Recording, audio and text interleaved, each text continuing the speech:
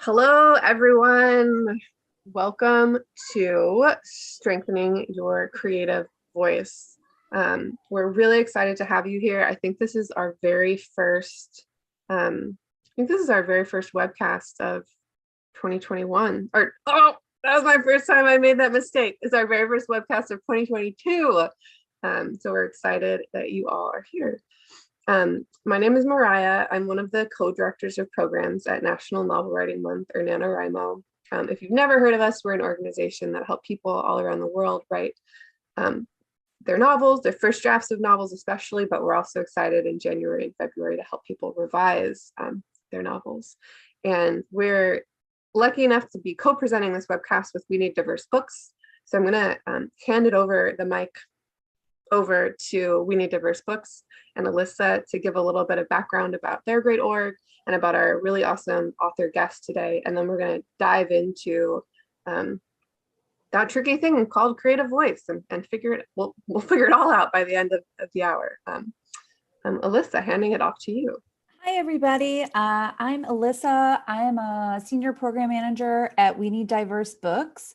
We are a nonprofit and grassroots organization of children's book lovers that advocates essential changes in the publishing industry to produce and promote literature that reflects and honors the lives of young people. We have lots of great programs, including book giveaways, educator resources, internship grants if you want to intern in the publishing industry, and you can check it all out at our website, diversebooks.org. And today, like Mariah said, we're so excited that Michelle Coles is here to talk about author voice, which is like this ethereal thing that can be hard to pin down, but is also so important. And I'm going to tell you about Michelle and then let her take it away.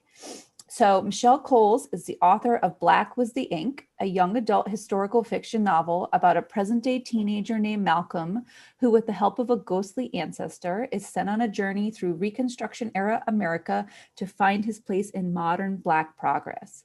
Michelle is also an experienced civil rights attorney with over a decade of experience at the U.S. Department of Justice and the mother of 4 boys. As a 9th-generation Louisianan, she is highly attuned to the struggles of African Americans have faced in overcoming the legacy of slavery and the periods of government-sanctioned discrimination that followed. Her goal in writing is to empower young people by educating them about history and giving them the tools to shape their destiny. She lives in Maryland with her family. You can find and follow her work at michellecoles.com. Wow. It's awesome. Thank you. Like I said, super excited to have you here.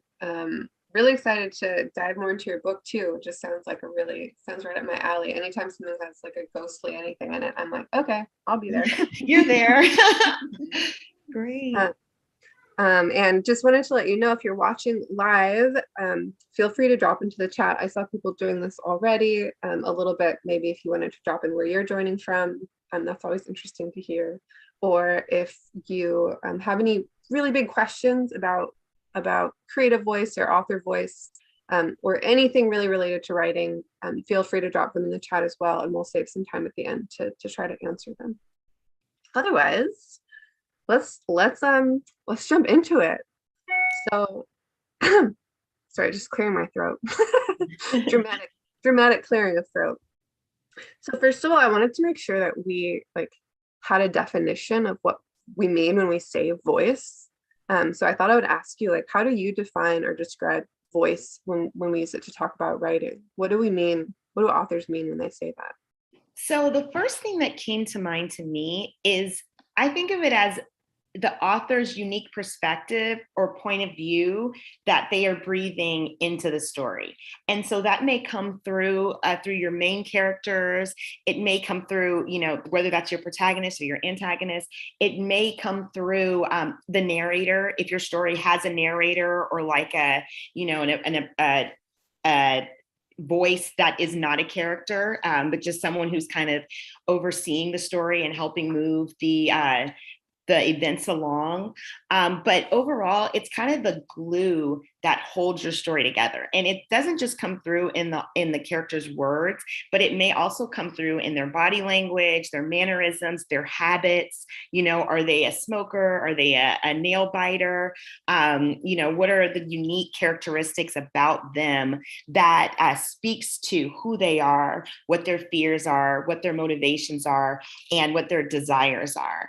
And I think if you have a really strong voice, it feels like your characters can exist off of the page and outside of your book. And so you may come across a character in a story, and you could imagine if I ran into that person at a bus station and was sitting next to them at a bus stop, I kind of know what we talk about, and I kind of know what their perspective might be on, any given conversation or event, because you feel like you know that person.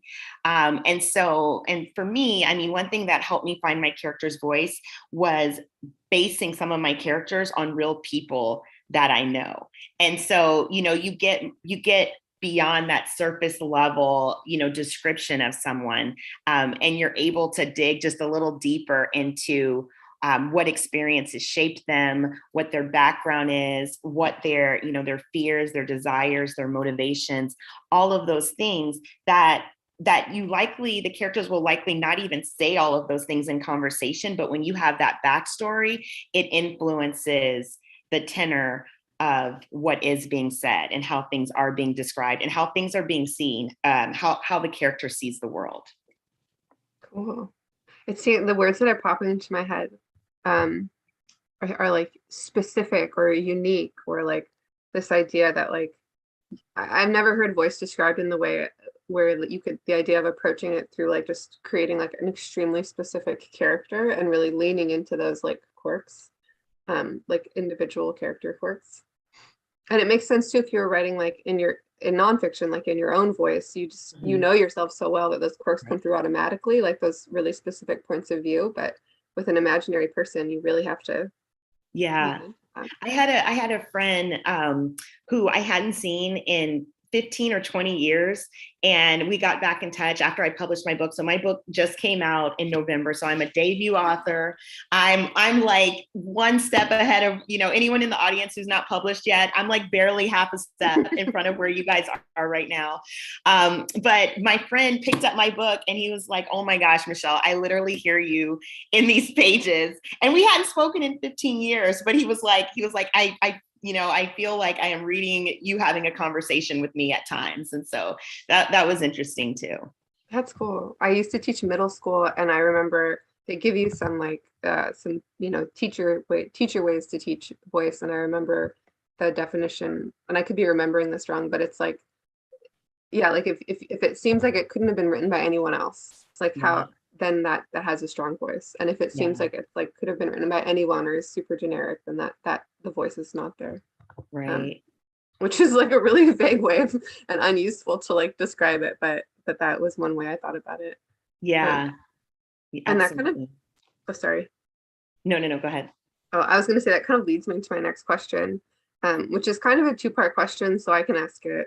I'll just read it and then you can answer it however you want. So how can you tell when a piece has a really strong voice, or the opposite? How can you tell when it doesn't have a strong voice? And I don't know about the people in the audience, but I'm going to take what you're saying and I'm going to be thinking about my about my personal project right now. So no pressure. But yeah. I mean, I think it's some of those things we just talked about. Like, are you creating whole characters? Are you creating, and I am speaking towards the fiction space. I've written in the fiction space, not the nonfiction. But I think it would apply to nonfiction as well, even though you're not going to have characters. For instance, if you are talking about history, well, those are going to be, people. And are you presenting, a whole picture of someone? If you're talking more about, data or, things like that, then like you said, I think the voice really is the author's voice and, their personality coming through in the examples. But going back to a fiction story, I think you want to create these characters that you can put them in different settings and they feel real. because of how well you know them. And so, one thing to think about is, as an author, at least the way I feel is like I'm sort of creating the scenes, and I know generally where I want my story to go. For me, it helps me a lot to write outlines. And so when I get started, I might start with just a general plot triangle, and then I might break it down into like a mini chapter summaries of like, this is where I want my story to generally go. And then I just start working on one small piece at a time. And I think that's just something generally helpful when you have any type of big project, whether it's building a house or writing a book, whatever it is. If you can break it down into small, manageable pieces, I think it becomes that much more achievable. And so I'll have this outline and I'll say, okay, I know I'm starting at this place and I know I want to end up at this place, but honestly, I have no idea how I'm going to get there. Like literally, I'm like, I don't know what anyone's going to say. I don't know what they're going to do, but I've created the scene and I kind of have a general sense of where I want it to go. And I find that if I just kind of let go a little bit, the characters almost take me there as opposed to me taking the characters there. When I start creating them as real people, and then I can see, oh, this is what this character would do, and this is how they would act, because I know, who they are. And going back to the example of basing the characters on real people, one of a lot of people's favorite characters from my book, Black Was the Ink, is a great aunt in the story. And she's a Black woman who's in her 80s from the South. She's from Mississippi. She's been living on her family's farm that they've owned for generations. And her character was based on a blend of both of my grandmothers. And so I kind of took pieces of one grandmother's personality and experiences from another grandmother and crafted that together into this Aunt Carol character. And because I know my grandmother so well, I was really able to give voice to the Aunt Carol character and know, what she would be proud of, what she would be embarrassed of, what she would, be afraid of, like all of those things, and was able to mold her, I think, into like a very realistic person where you feel like if she walked into the front door with a plate of mac and cheese, where she's headed and what she's going to say.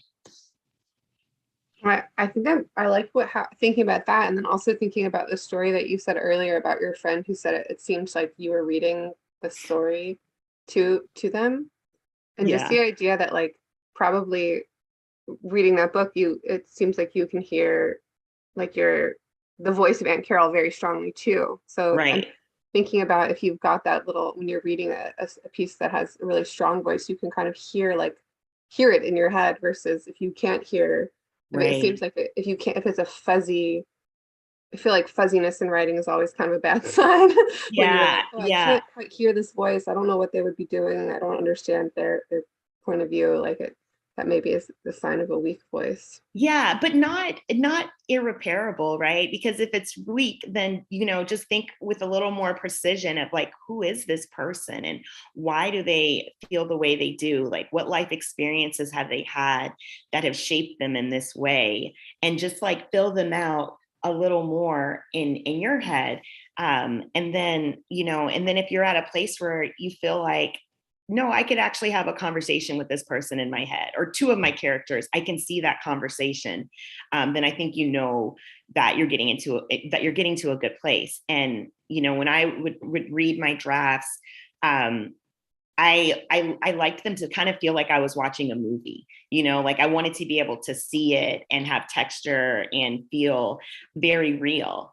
And actually, when I was writing my story, it went through a couple of really big point of view changes. And I think that also helped me develop the characters, because when I wrote my first draft, as you guys said in the beginning, so it's about a present day teenager who encounters a ghostly ancestor who takes him on a journey to the Reconstruction era. And the Reconstruction era was this period after the Civil War, in between, after the Civil War and before the Jim Crow era, when Black people were experiencing the rights of citizenship for the very first time and had the opportunity to vote and run for office, and, were starting businesses and just had there was a lot of potential for, what what could come from slavery ending in the United States. And so the ghostly ancestor wanted the present day teenager to see this and experience this. And in the first draft that I wrote, I had it so that my present day teenager found a diary of his ancestor and was actually reading that diary instead of time traveling. He was reading that diary while he was living his life in the present. And I worked with my editor and we thought about it and we're like, okay, is this coming, through clear enough? And so then I decided to take a different approach. And instead I did an alternating perspective story where I did one chapter and it was the present day teenager. And then I did another chapter and it was the ancestor, and alternated back and forth. And that's also a very common style, that a lot of authors use to tell a story and to shift perspectives and get those different voices in. And then ultimately we decided that the two stories felt more disjointed than integrated. And so then we landed on the third approach, which is how the book currently is. And it is the present day teenager time traveling to the past and literally walking in the shoes of his ancestor. And so, through all of those different iterations of the book, I was able to see my characters from such different perspectives. And I think that helped me ultimately shape a well-rounded person. Okay, can I just tell you how good that makes me feel? Because my work in progress, I've worked on it for several years, like 4 drafts, and the first draft all the way through, so many thousands of words, was just a totally different perspective than the second draft. Yeah. And then that one was also kind of different from the third. And it's so nice to hear that, like, that's part of the process. Like, that's part of the process. The idea that, like, experimenting with different points of view isn't a waste of time. It's like a way to fill out your story and make that final draft even stronger. Exactly. I think that's a great way to look at it. I think, a lot of writers can let perfection be the enemy of the good, and they stop themselves from moving forward because they feel like what they have down is not perfect. But I think one of the most important things you can do is get it down, and then, know that so much work is going to take place in the editing process where you can fill in those holes and find those gaps and everything else. But the most important thing is to, keep taking what you have in your head and getting it down on paper so that you have something to work with. Cool. I had a really quick audience question that, rather than waiting to the end, I might ask you now, because I had the same question. You mentioned that when you started writing, you use a plot triangle. And someone said, what's a plot triangle? And I thought we could just clear that up quick. Oh, yeah. Yeah. So a plot triangle is just like a really basic, what is it, like 4 pieces? So you would, I might start with the exposition, so this is generally, the exposition's like the background. This is, who my characters are. This is the premise to the story. And then I would have the, the rising action. And so it's like, okay, now we're starting to understand what the conflict is. Why does this story exist? What's the problem that the characters are trying to solve? And then that would lead up to the climax, which is basically, where the problem gets solved. It's like, this is the climax of the story. This is where it all comes together and makes sense. And then you would have the falling action, which is just kind of as you're like tying up loose ends, tying up the pieces. And then the last part is, I don't want to mispronounce it because I think it's in French, but denouement. Okay, did I say it? Okay, let's just go with that. But yeah, cool. But a cool thing to do, and so this is actually a really good piece of advice that my publishing company gave me.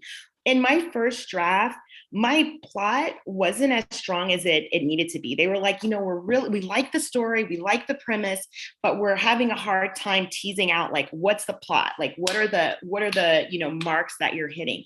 And so I went and searched plot triangles, and I pulled them up for like lots of books and movies that I was familiar with. So I knew the stories, and you can just look online, just do like plot triangle for Jurassic Park, or, any movie that well enough, or book, any movie or book that well enough where you could be like, oh yeah, that was what happened, kind of to lead into the problem. So, Jurassic Park, there's an amusement park, and oh wow, they created a live dinosaur. So that's your exposition. And then it's like rising action, it's like, oh, there's a a guy who's trying to steal some of the dinosaur eggs to sell them, and then it's like, okay, that's a problem. And then you've got like all of the technical failures and things like that. So you've got your rising action, and then it's going to take you all the way to like, what's the climax of the story? Probably like when the T-Rex is charging in, to the museum center, and it's like, oh my gosh, everyone's going to die. And then, I guess the next, the climax is the T-Rex takes out 2 of the bad dinosaurs. Sorry, I watched this with my kids recently. So that's why like everyone else is like, Jurassic Park, I haven't seen that in 30 years. Sorry, guys. But yeah, so then you've got your climax, and then you have your falling action where the pieces start to get wrapped up, and then, the story tapers out. Cool. I don't know. I've never heard it called plot triangle before. The Young Writers Program, we call it a plot roller coaster, which is the same thing, but it's like a little bit more, sounds more fun. Yeah, it does. And then related to that, so you've mentioned like what makes a strong voice, or how can you tell, or how do you personally work on making your voice stronger? But wondering if you had any examples of like a voice, a strong narrative voice, or one that you particularly loved. Yeah. So I have a chapter of my book that I'd like to share with you guys. I'm just going to read a couple of pages, and it includes a part with this Aunt Carol character. So this is the cover of Black Was the Ink. And so you guys will, just get to learn a little bit more about the characters. And I'm going to ask you some questions at the end. And so if you guys can be prepared to respond in the chat, I would appreciate that. Okay, and so just to set you up for where this is in the story. So Malcolm has just done his first time travel experience to 1868, and he went to 1866, and he went to the scene of a massacre called the Mechanics Institute Massacre. And it was the site of a place where African Americans were trying to advocate for the right to vote in the Louisiana elections. And they were just totally bombarded and locked into this building called the Mechanics Institute, and just killed, and the place was burnt and everything. And so Malcolm shows up as his ancestor Cedric. Malcolm's the present day teenager. He shows up as, it says, his ancestor Cedric in the attic of this building while this assault is taking place. And he has no idea where he is or what's going on. And so this is right after he comes back to the present. Okay, and so this is the beginning of chapter 11. Malcolm was exhausted. And actually, this isn't right after he got back. This is like the next day, and he's trying to clear his head. Malcolm was exhausted. As he aimed the water hose at the cooler to rinse off the soap he'd been using to clean it, all he could think of was what he'd seen and read the previous night. His drawing sitting on the nightstand that morning proved that whatever was going on wasn't just something he'd dreamed. Malcolm tried to process the surging sea of questions swirling in his mind. Who was Cedric? What did he want? Why was this diary in the attic? Did anyone know it was there? He knew this house had been in his family a long time. The desk certainly looked old, and the diary was caked in dust, but he had a hard time believing he had discovered something that had been hidden for well over a century.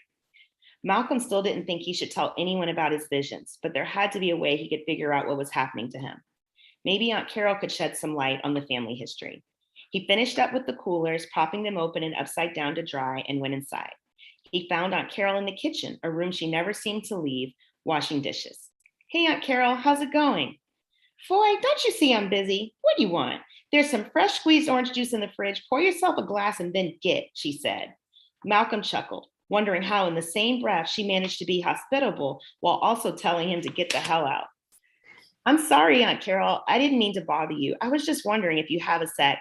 I wanted to learn more about our family and like where we came from. Aunt Carol responded smartly without turning from the sink. Well, we started out in Africa. Then a boat came along, picked us up for an all expense paid one-way trip to hell, dropped us off in Mississippi, and that's where we've been ever since. That about answer your question? Thanks, Aunt Carol. I knew that part. I was wondering more about what our family has been doing since we got to Mississippi. Like, how long have we had this house? Aunt Carol sighed at Malcolm's persistence. She wiped her hands on her bright floral apron and turned halfway towards him. We've had this house a really long time. I'm not quite sure how long, but I know I was born here, and my mama Lucille was born here. Maybe her mama before that. I didn't know my grandparents. They died before I was born. Why you got all these questions? What are you trying to say? The house needs fixing? I know it could use some work. Why don't you make yourself useful and put a fresh coat of paint in the upstairs bedroom? Asking me all these doggone questions. You must have too much time on your hands. I got more than coolers that need cleaning. You know what they say, an idle mind is the devil's playground. Now stop pestering me and get before I tell Uncle Leroy you're free. She grabbed another handful of dishes from the counter and submerged them in the subsea water. Okay, so based on that, can anyone put in the chat what you can surmise about Aunt Carol? Can you say if you can identify any things that you think she enjoys, any things that you think might get on her nerves, what might be important to her, what she might be self-conscious about? Do you guys have a sense of who she is?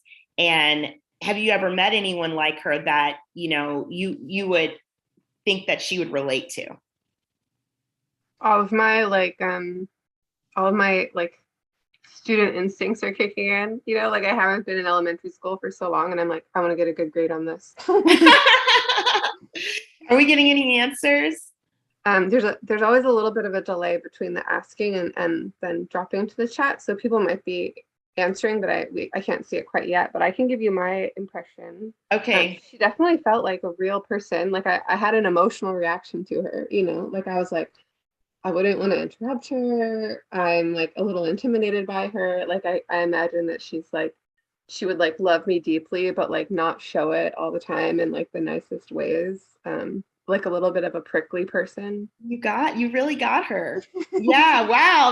That was good. Yes, A plus. A+ for you.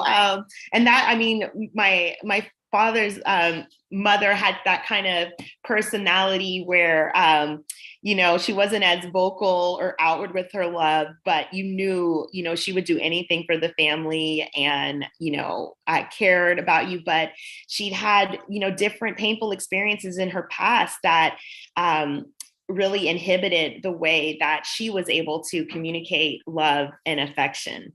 And we've got some people sharing similar things, like Christina C. Booth says, I'd say she enjoys taking care of her family, nurturing them. And Greg and Allie Heeson says she doesn't take any trouble. You said she doesn't take any trouble. Yeah. Honey Geddes says she thinks that resting, chatting is being lazy, maybe something taught in her past and passed on. And Lacey Phillips says she doesn't like to live in the past. Yeah. Christina also says that she reminds her of her own grandmother, LOL. Nonsense, but deeply loving through her actions. Yes, maybe we're cousins, Christina. Great. No, those are all great responses, and and right on point. And it's so interesting, the things that you guys picked up on weren't the things that were actually written in the pages, in the words, but it was like what's behind those words, like what would cause someone to react that way, and and it's their experiences. And so I think that's what you really have to think about when you're building your characters is, who's this whole person that you're only seeing, the tip of the iceberg in the pages of your book. I also was paying attention to some of your words. I was thinking about how we talked a lot about characters being important to voice, but then I think character also informs kind of like word choice and like the words your characters, and like the words your characters were using or that your narrators were using. Like I feel like I could pull out some specific ones that kind of built up that voice, too. Mm-hmm. Just like the words Malcolm chose, the words that Aunt Carol chose, and the words that you chose as a narrator. Like you had something about suds or sudsy water. Just like the more specific, there's the word specific again, just like the more specific and unique that those words are, the stronger the voice sounds like you, I imagine. Yeah. So you can really, the quick slogan is show, don't tell. And so I had to learn that the hard way, because I, was doing a lot of telling in my earlier drafts, and I really had to like figure out, how do I show this? How do I describe it? How do I communicate it? Where I'm not saying to the reader, and then Aunt Carol, said this or thought this or whatever, but it's like just kind of showing that reaction and showing what she's doing and letting that, inform someone's visualization of her. Now I definitely want to read the rest of that. Thank you. Thank you. And then maybe this will be my last question, because I know we wanted to take a little bit of time as well to try a little voice exercise together, and maybe save a little time for more questions at the end. So just like the big question that I know I'm always thinking about as a writer and would love to hear your opinion on, which is just like, how can writers like us strengthen the voice of a piece? Whether in the first draft, like the first time we're writing it, or I know that a lot of NaNoWriMo writers, at least right now, might be revising. So any tips or tricks that you can give us for strengthening our voice as we write or revise? So keep writing, keep getting those thoughts and ideas and everything that you have down. I think that's like the most important first step. And then, go back and like really use beta readers. Like I got so much help from family and from friends who were kind enough to read my early drafts, and they would give me feedback that, I would take to heart. And like every time someone read a draft, I was able to make it that much better. And so you have to develop really tough skin in this business, because hopefully you won't, but you're probably going to experience a lot of rejection. I think that comes with the territory. And I think when I got my first rejection letter from an agent that I had queried, I was sad about it, but then I was like, wait a minute, I think this means I'm an artist now, because because I came from a different background where I never really had to put myself out there in that way and let someone else like judge my work. And so it's hard. It's really hard to do. It's scary to do, but there's only room for improvement. And so as long as you're willing to do the work and keep pushing and keep trying, you're going to get better, and you're going to eventually get to the place that you want to be. And maybe that's a year or two from now, maybe that's 10 years from now, but if you give up along the way, you'll never get there. And so I started writing this book here in the summer of 2015, and I was on maternity leave with my second son when I started writing it. And like I mentioned, it was just published in November, and he's 6 now. And so, so it's like, that's a lifetime for him. It's his whole life. And I know other authors have had even longer journeys before they get to the place where, their writing is being published. But, definitely like let other people read your work, continue reading yourself, the type of work that you're trying to write, find authors in that space and read it. As you would, read it to enjoy it, but also study it. Like, see what are the things that they're doing that make you feel an emotional attachment to the work and to the characters, and try to think about that, to figure out how it can help your writing improve. And then, I guess one other piece of advice I'll share is, just a piece of encouragement to keep going. And so I wrote a short poem to like motivate myself, and it's called "I Can't Write a Book." So raise your hand if you've ever felt like you can't write a book. Has anyone ever felt that way? Like there's, I want to write a book, but there's no way I can do this. Okay. And so it's called "I Can't Write a Book," and I can't write a chapter, and I can't write a page, and I can't write a paragraph, and I can't write a sentence, but I can write a word. And if I can write a word, then I can write a sentence. And if I can write a sentence, then I can write a paragraph. And if I can write a paragraph, then I can write a chapter. And if I can write a chapter, then I can write a book. And so it just goes back to like breaking those steps down into small pieces. And I think that's exactly what your organization encourages people, to do, is just doing a little bit every day, and you'll keep building on that. And it's like, as long as you keep going and don't stop, eventually you'll get there. That's great advice. And I had one quick follow-up question, which is, did you have any specific questions that you gave your beta readers? Like the one? Yeah. I did. I created a worksheet Yeah. I had a worksheet and I asked them things like, who was your favorite character and why? Who was your least favorite character and why? What did you think about, I asked specific things that were happening in the book, the love story, the time travel element, the different things that, I had questions about, and I wanted to see what other people thought. What did you think of the title I had at the time? And so, and I got really, really great responses. And another surprising place that I got feedback from, there were a couple of agents that I queried that didn't pick me.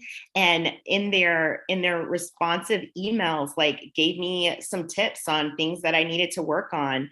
And I was like, thanks, thanks for that advice. And I took it to heart and tried to continue. They were like, if you want to work on these things and query me again, then, feel free. And so that was, there's lots of places that you can get great advice from. That's great. I can imagine asking a question that's like, can you like just star any places where it felt like you could hear my voice really strongly, or can you like X places where it felt like right, it got like my voice dropped away, or like it got generic? Or because I've asked people before to like do the same thing but monitoring their interest level, like how when would you have abandoned this book unless you had to be reading it for right, me, exactly. and when were you like really page turning? So I think asking a question about voice in that way could probably be useful too. That's cool. Absolutely. Also very scary. Like it is scary to share your work, especially. It is. It's like you feel like you're naked almost, it's just like bearing your soul, putting yourself out there. But I mean, that's ultimately what's going to happen when you when you publish your book. You're going to have your thoughts and these babies that you've created in your mind that now everyone has the opportunity to engage with or pick apart or whatever. And so it's a good experience to start developing that thicker skin. And be okay with the criticism, because if it doesn't kill you, it makes you stronger. And so, just try to take it that way and see how you can, and some people aren't the best at, giving their criticism in a way that where they can package it. Some people can just be really harsh.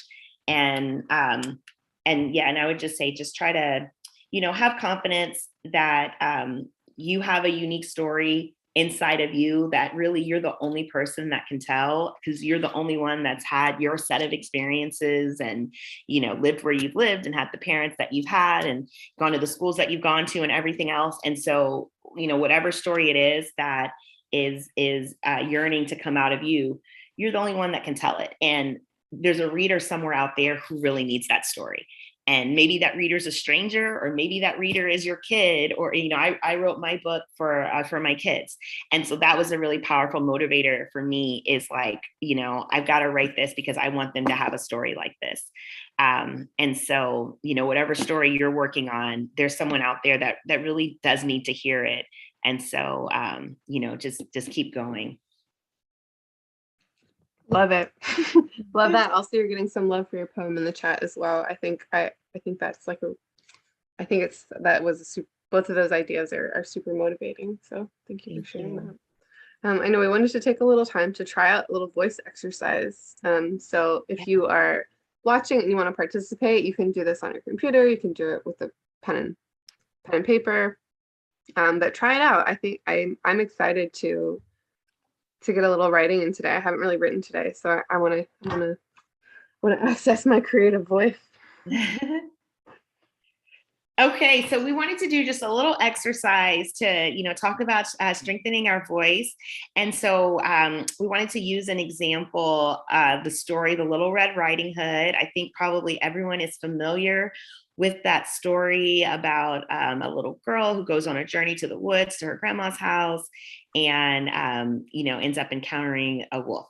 And so we wanted to let you guys take a couple of minutes to tell the story of Little Red Riding Hood, first from the perspective of Little Red. And then after about 4 minutes, we want to switch and tell the story from the perspective of the wolf. Just so we can, think about what goes into who these characters are, again, in terms of their desires, their fears, their motivations. Because even when you have a villain, no one thinks of themselves as a villain. So what's going on with the wolf for why he's doing what he's doing, and what's going on with Little Red as well. And so do you want to start the clock, Mariah? Sure. So I think what I'll do, we thought maybe 4 minutes. So I'll start 4 minutes, and you can either start telling it, thinking about the voice of Little Red or the voice of the wolf. And then after 4 minutes, you'll hear like a ding, and I'll just say switch. And in that moment, you can either start from the beginning and tell that whole scene again from the wolf, or keep going, but from the opposite, the different perspective. And if anyone feels comfortable with sharing what they wrote in the chat box, we would love to read some examples in a few minutes. Yes. Okay. So I'm going to start my timer. You can start with any scene, if you want to do, well, you guys are writers, we'll figure it out. I have an idea of the scene that I'm going to do. And really lean into like what Michelle said, what makes this character that you're writing tick, what makes them unique. Ready, set, right.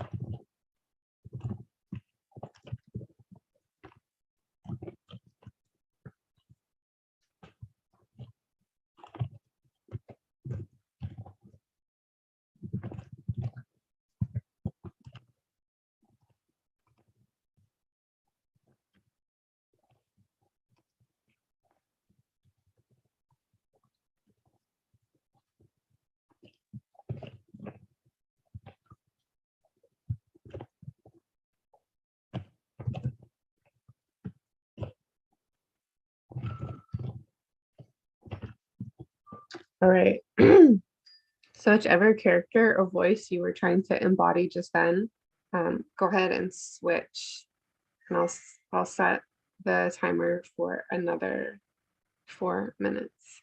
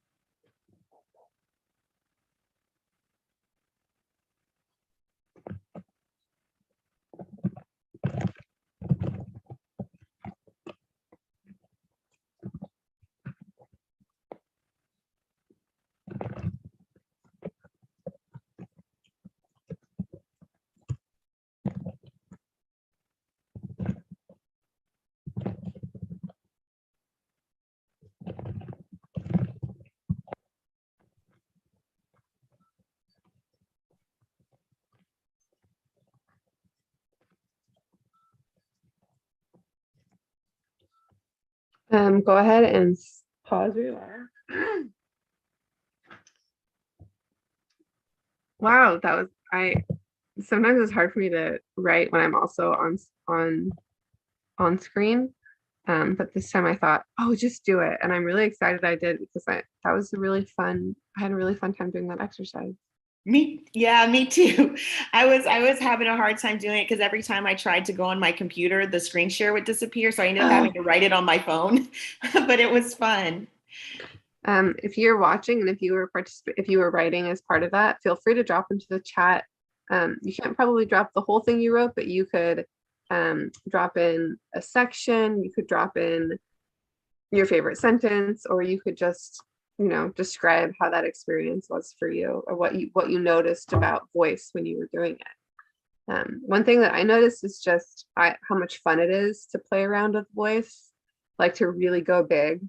Like I was making, when I was doing the little red section, I was just like really leaning into this idea of her being like kind of a silly little, like silly little girl. And then when it was the wolf, I was leaning into this idea that he was like really intellectual, and just like it was really fun to really, to really go big.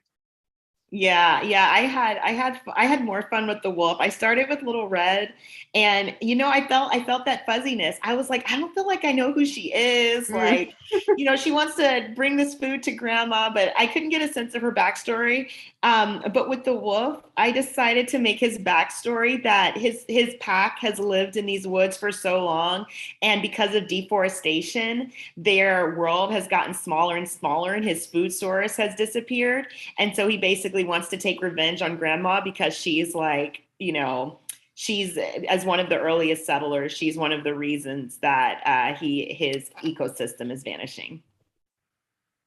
Mm. So it was a fun little exercise. Has anyone shared anything? Let me double check. It's sometimes hard. Hold on one second. It's sometimes hard to make it. There's like a delay. Also, I have a million windows open. Yes, Christina C. Booth said, he stalked toward me. A feral grin parted his lips. He crooked a clawed finger, beckoning me forward. I didn't want to do this, didn't want to complete this ritual, but I had to. Very spooky voice. Yeah, I like it. Kind of gothic. Very visual. I can picture that clawed finger. I like that. Yeah. And then sorry, there's one more that I saw. Too many windows. Queen of Weaves says, it was nice to lose myself for a moment, which I had the same feeling, I think, when I was doing it. Like it is kind of like you lose yourself in another voice. Right. Like you're not you anymore. You're this other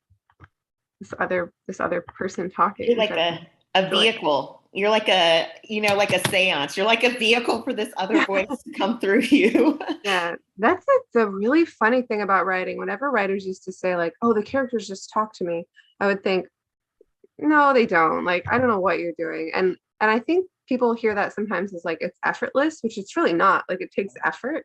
Right. But it really does feel like there's another voice that's kind inside. That's coming out. That's really cool. We have a couple minutes left. We have 5 minutes left. Feel free if you want to, keep sharing. We have kind of a bit of a quiet crowd today. Oh, we've got one. Greg and Ali I'm sorry if I'm pronouncing that wrong, said, I reluctantly turned around. I knew that I couldn't pass up the opportunity for food, not now. And while the girl's naivete could be her biggest weakness, it was certainly my only hope. And then I think this is the switch. I think this is Little Red. Before he died, Daddy had always told me to look on the bright side. I tried my best, truly I did, but it was hard when I was on my way to grandmother's house. Love it. It's cool how you can get like a sense of a voice even in just like 2 sentences or one sentence. It really, when you have like a sense of the perspective, like it really comes through. It's really cool. Those are all really great. Thank you for sharing. Yeah.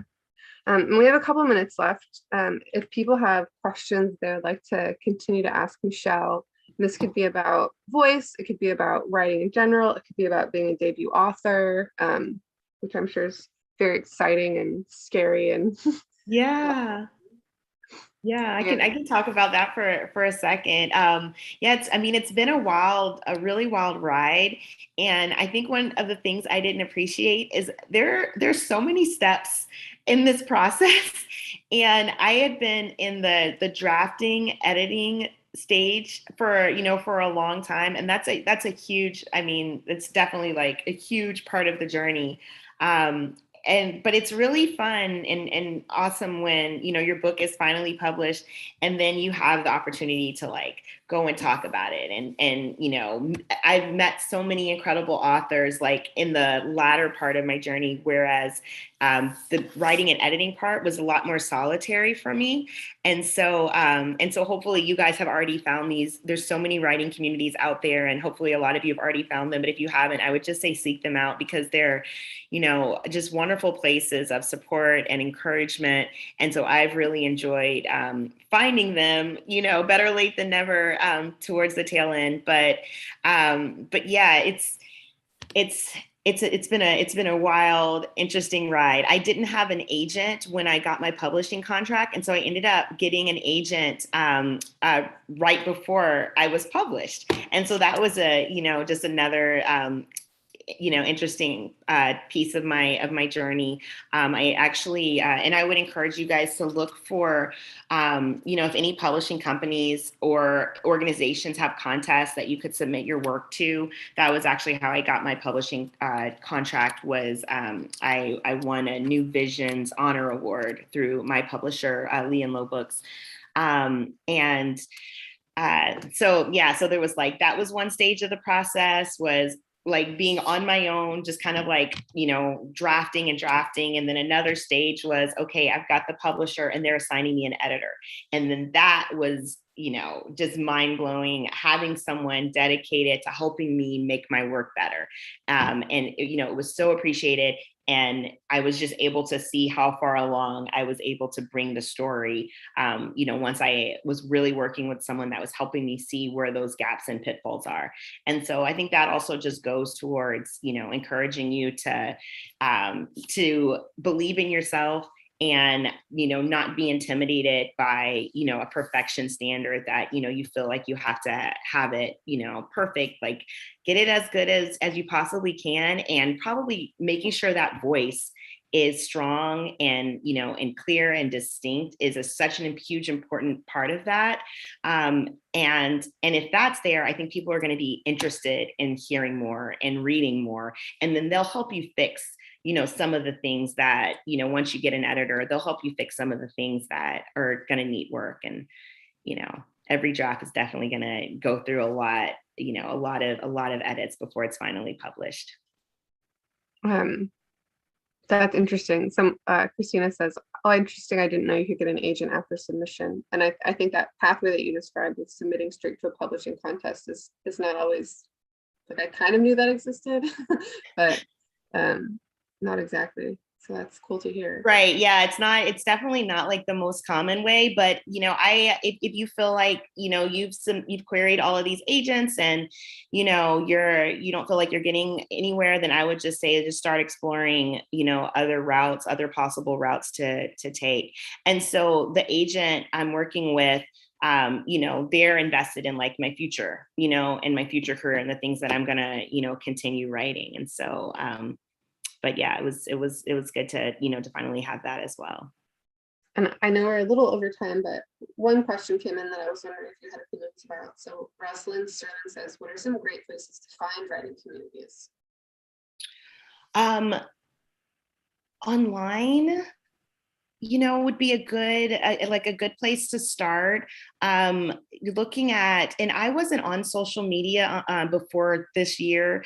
And so I wasn't really tapped into like where a lot of these communities were existing. But I would say if you start looking at authors that write in your genre, and then maybe you see like on Twitter, for instance, maybe there are, people that are, regularly commenting or retweeting or saying they're an author, or, or they're trying to be an author. I think through social media, you'll just end up coming across, people, and you might also find out about opportunities, just things that are being circulated that you wouldn't have known about. Between Facebook, I think that there are groups in Facebook, beta readers, maybe searching for like, if there are any beta reader groups out there in your genre, if it's, I don't know if you guys write children's or YA or adult or whatever, but I would try to do some searches. I can't think of just one central bank where it's like, oh, you can definitely find a group here. But I think if you start looking for people who work in the space that you want to be in, and just kind of start, following them or paying attention, or maybe even, DMing, them, if it's someone who's not yet published, and maybe just ask like, hey, would you want to read each other's work? And then if you have an agent, they might have some suggestions. So, and then a lot of people are in creative writing programs, in school. And I think that's going to be a natural place where you're going to find other writers. And I can add a couple. I'll give a NaNoWriMo spiel, just like you are active on the NaNoWriMo site. We've got forums that you can check out, and there, you can find a forum for like middle grade authors writing fantasy or something like that if you were looking for that.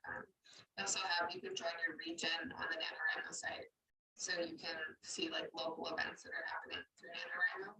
And thinking about my own personal people that I've collected over the years, I definitely took some online classes. So even if you can't, like, even if there's nothing in person, there are different things that, like, I took some online community college classes or online things like that, and then you can find through that, if you stay in touch with people, you get a vibe off people. Sometimes you're like, oh, that's a person I think we can be friends. And trying to continue that, because I know not everybody has stuff locally, but there's a lot of online writing classes that you can take right now, or like online conferences, online things like that I think you can try to collect people. If you're a little introverted, you have to like kind of push that to the side a little to get out there. But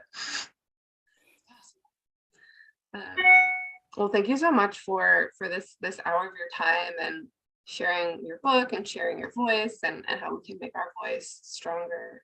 I had a really good time doing that exercise, the writing exercise with you, and just like hearing more about your process and your journey. And I know that our audience did too. Thank you. Thank you so much for having me. And I wish everyone watching the best of luck in their writing careers. And I'm excited to reading what you guys write one day. Thank you. Everybody, have a lovely rest of your day. Bye. Bye.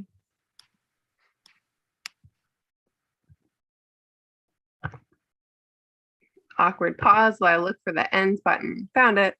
Bye. Okay.